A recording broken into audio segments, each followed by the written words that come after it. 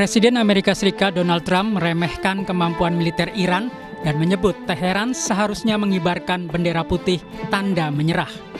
Trump menilai militer Iran telah melemah dan hanya mampu menembakkan senjata mainan. Ia juga mengklaim Iran sebenarnya ingin membuat kesepakatan meskipun secara terbuka menunjukkan ancaman militer. They should wave the white flag of surrender. In hockey they say uncle, right? When are they gonna cry uncle?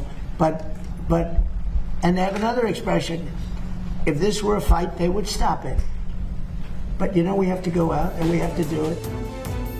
Di tengah makin panasnya situasi di Timur Tengah, Menteri Luar Negeri Iran bertemu dengan Menlu Tiongkok. Iran membutuhkan dukungan Tiongkok setelah Menlu AS meminta Tiongkok untuk menekan Iran agar melonggarkan cengkraman Teheran di Selat Hormuz.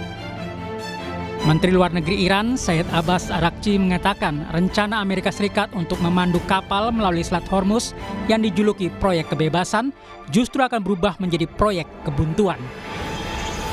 Dalam sebuah unggahan di platform media sosial X, Araghchi memperingatkan bahwa seiring kemajuan pembicaraan dengan mediasi Pakistan, Amerika Serikat harus waspada agar tidak terseret kembali dalam perang terbuka.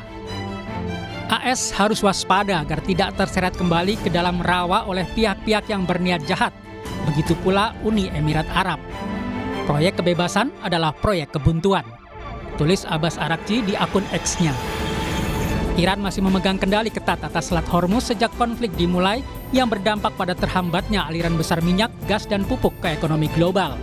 Di sisi lain, Amerika Serikat juga memberlakukan blokade balasan terhadap pelabuhan-pelabuhan Iran.